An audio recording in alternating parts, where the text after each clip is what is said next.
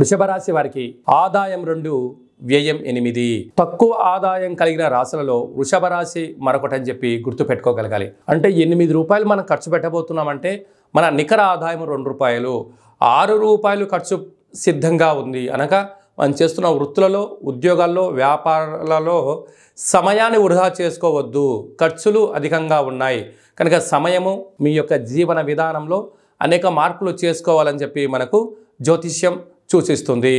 రాజ్యపూజ్యం 7, అవమానం 3 అనగా మీరు ధర్మబద్ధంగా, న్యాయబద్ధంగా ఉండడం వలన, మీరు చేసే మంచి పనులలో మంచి ఉండడం వలన మీ వెనక అనేక మంది ఉన్నారు కనుక లీడర్లుగా, నాయకులుగా, రాజకీయ అధినేతలుగా ఎదగడానికి చాలా ఇది మంచి కాలము అని చెప్పి గమనించాలి.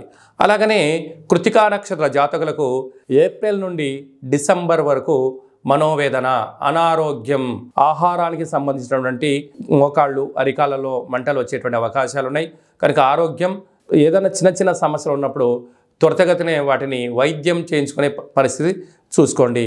అలానే రోహిణి నక్షత్ర జాతకులకు, మృగశిర నక్షత్ర జాతకులకు వీరికి ఆరోగ్యం పైన దృష్టి గతంలో ఉండడం వలన వీరు ఆరోగ్యాన్ని బాగా కాపాడుకుంటారు అని చెప్పి జ్యోతిర్విజ్ఞానం తెలియజేస్తుంది. సంతాన స్థానంలో కేతు సంచార స్థితి ఉండడం వలన నూతనంగా వివాహం అయిన వారికి పుత్రిక సంతానము, పిల్లల యొక్క చదువులు, పిల్లల యొక్క అభివృద్ధి, తాత ముత్తాతల నుంచి వంశపారంపర్యంగా మీకు వచ్చేటువంటి ధనం రాబోతుందని చెప్పి గమనించాలి.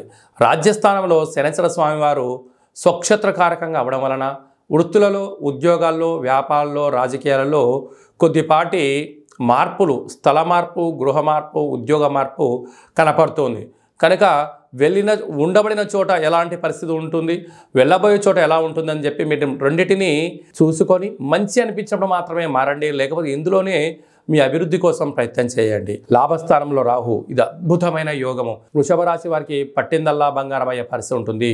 కాకపోతే ఓపిక, పట్టుదల, ధర్మమైన కార్యక్రమాలు ఆచరించడం వలన భగవంతుడి యొక్క ఆశీస్సులు ఉంటాయని చెప్పి గమనించగలగాలి.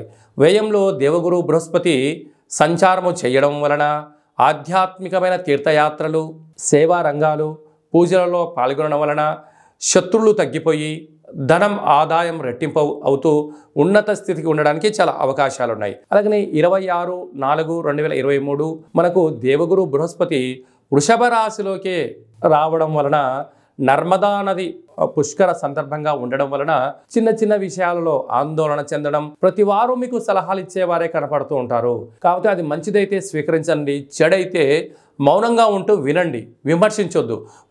ఎప్పుడైతే మీరు విమర్శకు గురవుతారో ఆయన కోపిస్తూ చూడండి, ఆయన చెప్పిన మాట వినండి, ఆయన మంచి గురించి మేము చెప్పామండి అంటుంటారు. కానీ కొందరు ఏంటంటే మీ దగ్గర తెలివి, ధనం, జ్ఞానం, సమయాన్ని వాడుకోవడానికి వచ్చారు అనేటువంటిది మీరు వ్యక్తిగతంగా గమనించగలగాలి.